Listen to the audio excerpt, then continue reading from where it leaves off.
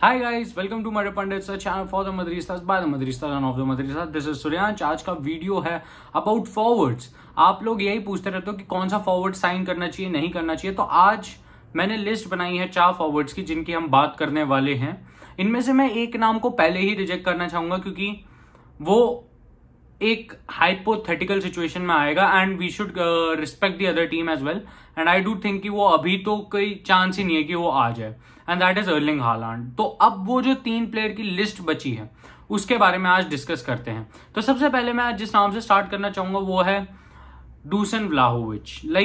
हम लोग बहुत लिंक हुए हैं। टूरिन की न्यूज़ेस ये कह रही हैं कि नहीं, व्लाहोविच को भेजना नहीं चाहती, बट यहाँ पे एक और चीज जो कॉन्ट्राडिक्टिंग आ रही है वो ये है कि कुछ यूवेंटस की सोर्सेज ये कह रही हैं कि व्लाहोविच को बेचा जा सकता है। एक करेक्ट अमाउंट आने पे Vlahovic can be sacrificed, plus that player is not liking the environment and he is not enjoying football. और वो जस्टिफाइड है क्योंकि एट दिस पॉइंट वो जैसा प्लेयर है, he deserves a lot of game time and one more thing that he deserves is scoring a lot of goals. The chances created in Juventus वो उस level के नहीं है where he can score that many goals. और let's be honest, अगर उसको 3 ही chances मिल रहा है, आप कैन नॉट एक्सपेक्ट कि वो हैट्रिक मार देगा उन तीनों चांसेस में, और वो भी half chances. I am not gonna say कि वो एक गोल स्कोरिंग अपॉर्चुनिटी बनती है। हेडर वाली एबिलिटी बहुत बेकार है, क्रॉसेज जो डालती है यूवेंटस बहुत बेकार है। ऑफ कोर्स जो विंग से आजकल प्ले कर रहे हैं एनहल डी मारिया वगैरह, वो आपको देना पड़ेगा क्रेडिट, बट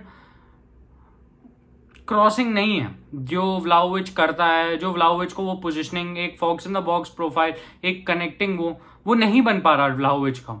और एलेग्री के सिस्टम में आई डोंट थिंक कि वो बनेगा भी। तो इसी पे अगर मैं थोड़ा डिस्कस करूं तो इस बंदे का जो आ रखा है वो ये है कि क्या ये फिट करेगा मैड्रिड की हायरार्की में, क्या ये मैड्रिड के सिस्टम में फिट करेगा, क्या ये वो करेक्ट प्लेयर है जिसको हम लोगों को खिलाना चाहिए। अगर आप मेरे से पूछेंगे तो आंसर है it's a 7 out of 10। It's not a 10 out of 10 deal. यहां पे आपको ये समझना पड़ेगा व्लाहोविच एक बहुत वर्सेटाइल प्लेयर है, वो डीप डाउन आता है ये वो, बट मैंने कई जगह ये देखा है कि अंडर प्रेशर वो चोक करता है। ऑफ कोर्स ईयर्स बहुत है उनके करियर में कि अभी वो बहुत यंग है एज अ प्लेयर, बट एक जो ईगर मेंटालिटी है ना, जैसे मेरे को बेलिंगम में मेंटालिटी दिखती है, मैं बहुत झूठ नहीं बोलूंगा, वो जो मेंटालिटी दिखती है ना ईगर मेंटालिटी की, जीतना है, कि हमें उस लेवल पे रहना है, हमें अंडर परफॉर्म नहीं करना, हमें ओवर परफॉर्म नहीं करना, बट हमें उस लेवल पे परफॉर्म करना है जहां पे हम ट्रॉफी जीत सकें।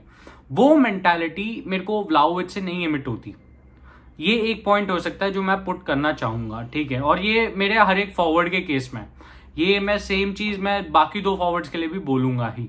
अब इस पे अगर मैं थोड़ा और आइडिया डालूं वो ये है कि व्लाहोविच ना रिसेंट टाइम्स में काफी आउट ऑफ सिंक लगा है विद दिस गेम, और जब तक वो इनसिंक नहीं आता आप उसके ऊपर एक करेक्ट जजमेंट नहीं दे सकता। और एट दिस पॉइंट जो लोग ये कह रहे हैं कि वो 1 सीजन वंडर था, मैं देखो उसको मैं अपोज करूंगा, बट मैं ये भी क्वेश्चन कर सकता हूं उससे कि व्लाहोविच एकदम ही शटडाउन कैसे हो गया। Of course quality of chances, जैसा मैंने बोला कि यूवेंटस में उतने अच्छे नहीं है, बट स्टिल आपको गोल स्कोरिंग अपॉर्चुनिटी 1-2 तो मिलती है जहां पे आप वो भी मिस कर रहे हो, और वो थोड़ा मेरे को लगता है। यहाँ पे मैंने ये जरूर देखा है कि व्लाहोविच का कनेक्टिंग प्ले बहुत अच्छा है और वो सेल्फलेस स्ट्राइकर है, वो सेल्फिश नहीं है एज अ स्ट्राइकर। तो वो एक चीज है जो इसका प्लस पॉइंट आप कह सकते हो, बट अगर आप मेरे से पूछोगे तो it is a 7 out of 10 in my books. यहाँ पे जो दूसरा नाम लिस्ट में आता है दैट इज विक्टर ओसिमेन। देखो फर्स्ट ऑफ ऑल नापोली के उन्होंने क्लेम कर दिया है कि he will not be selling him, but अगर मैं बना रहा हूं तो मैं एक हाइपोथेटिकल सिचुएशन पे ही बेस्ड करके बना रहा हूं। देखो प्राइस टैग अभी तक सेट हो रखा है कि 100 मिलियन से ऊपर का, और नापोली के जैसे प्रेसिडेंट ने मैंने आपको बताया कि मना कर रखा है, but still I do think कि eventually Osimhen will leave Napoli this season. और इसका रीजन ये नहीं है कि ओसिमेन और नापोली के रिलेशंस खराब है, इसका रीजन ये है कि ओसिमेन को अगर करियर में एक और स्टेप ऊपर लेना है तो Napoli can not be that club. और ये एक बहुत ऑनेस्ट पर्सपेक्टिव रख रहा हूं मैं आपके सामने। यहाँ पे बायर्न म्यूनिख एक और जो लग रहे हैं नाम जो बहुत ज्यादा इन्वॉल्व है इस बंदे के साथ, तो देखने को तो आपको कंपैरिजन है, it's not going to be easy in case of Victor Osimhen, but still अगर वो निकल सकता है तो अगर आप मेरे को इसको रेट करना होगा, दिस इज एन 8 और 9 आउट ऑफ 10। अब इसका रीजनिंग ये, लोगों को लग रहा होगा कि नहीं पोचर टाइप है विक्टर ओसिमेन क्योंकि कवर्स के लिए पूरा वो करता है, नहीं। अगर आप देखते हो नापोली को खेलते हुए तो ओसिमेन आता है मिडफील्ड में जो बेंजेमा करता है रोल, कि वो मिडफील्ड से बॉल कलेक्ट करता है और आगे लेके जाता है कि उसके फॉरवर्ड्स के पास वो पास पहुंचे। यहाँ पे समझने वाली बात ये है कि जो एक फॉल्स आइडेंटिटी बन रखी है कि विक्टर ओसिमन एक ऐसा बंदा है जो बिल्कुल ही इन्वॉल्व नहीं होता गेम्स में, तो वो गलत है। वो काफी ज्यादा इन्वॉल्व होता है, जिसके कारण वो स्पेसेस क्रिएट करता है डिफेंस में, जहां पे वो अपने साथ एक डिफेंडर लेके जाता है, जिसके कारण ओपन स्पेस क्रिएट होती है उनके मिड डिफेंस में, और वहां पे ऑपरेट कर पाते हैं नापोली के प्लेयर्स, जो एक काफी अच्छा ट्रेट है अगर आप एक सेंटर फॉरवर्ड से चाहेंगे। फिजिकल है, फास्ट है, अजाइल है, बट जो 1 और 2 मार्क्स मैं काटता हूं विक्टर ओसिमन के, वो ये होंगे कि इंजरी प्रोन बहुत ज्यादा। इस जो ये लिस्ट है ना, ये 3 प्लेयर्स की जिनकी मैं बता रहा हूं, चौथा नाम मैंने हटा दिया क्योंकि एज यू नो इसमें सबसे ज्यादा इंजरी प्रोन विक्टर ओसिमन है। ऑफ कोर्स उसका सीजन बहुत अच्छा गया, बट आप देखो उसका क्रूशियल पॉइंट, जहां पे यूसीएल में वो क्रूशियल गेम था, वो पहले मैच में इंजर्ड निकला। देखो आप इसको लक कह सकते हो, आप इसको बॉडी की वो कह सकते हो, बट ओसिमन का यही सीजन मैंने देखा है कि उतना इंजरी वो नहीं गया। वरना ओसिमन के साथ एक चीज बहुत अच्छे से लगती है कि ओसिमन प्लेयर बहुत बढ़िया है कि 20 मैचेस में 17-18 गोल मारता था। वैसा नहीं है कि वो अभी पहली बार इतने गोल मार रहा है, वो मारता है नापोली के लिए इतने गोल, बट वो इंजरी भी उतनी ले लेता है कि ओसिमन कंप्लीट होने के साथ साथ इंजरी प्रोन बहुत ज्यादा है, जो मेरे हिसाब से एक स्केयर हो सकता है अगर आप एक मैड्रिड फैन है। और आई थिंक कि अगर एंड्रिक आएगा, और व्लाहोविच और ओसिमन के केस में, क्योंकि ये दोनों स्ट्राइकर ना उतने एज नहीं है, ये उतने सीजन नहीं है as players, and I think वो एंड्रिक को अभी एक सीजन स्ट्राइकर अपने से ऊपर खेलते हुए देखना पड़ेगा इन ऑर्डर टू अंडरस्टैंड कि what the club demands from him, what the new football demands from him, and what a striker should be doing. जो एक इंपॉर्टेंट एस्पेक्ट हो जाएगा मेरे थर्ड स्ट्राइकर के नाम पे, दैट इज हैरी केन। यहाँ पे ये नाम ना बहुत बारी आया है, मैड्रिड के साथ लिंक हुआ, बट ऑफकोर्स इंग्लिश प्लेयर है ना, कहाँ आएगा, बट जूड बेलिंगम वाले सागा ने सबका पर्सपेक्टिव चेंज कर दिया।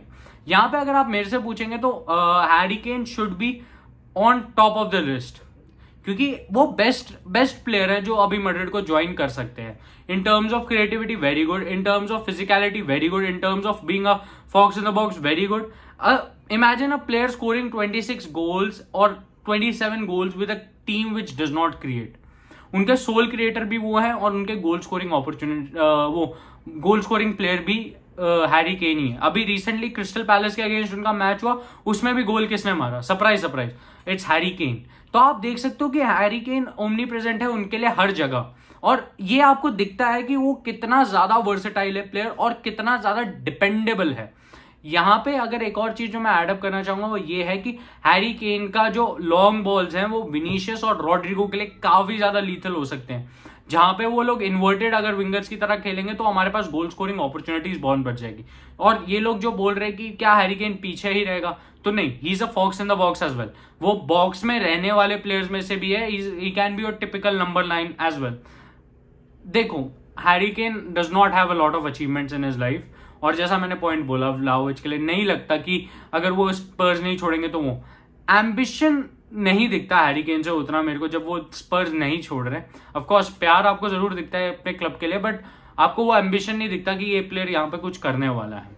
वो एक चीज है जो मैं एग्री करूंगा यहाँ पे कि मैं व्लाहोविच पॉइंट के साथ वो करता हूं, बट जो डिफरेंस आ जाता है वो ये है कि हैरी केन का नाम, Harry Kane is the most season striker अभी आपको वर्ल्ड में कोई मिल सकता है। ही is the most season player. उनको पता है बॉल कहां पे देनी है, उनको पता है अटैक कहां पे करना है, and I won't be surprised अगर वो 50 गोल मारता है एक सीजन में, क्योंकि that player has it in him. With the correct deliveries, that player can easily score 50 goals.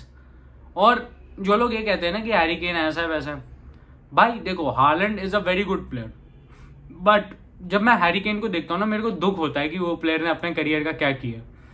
He is the most season player in Premier League, the most experience striker in Premier League. In terms of quality he is next level, he is carrying Spurs.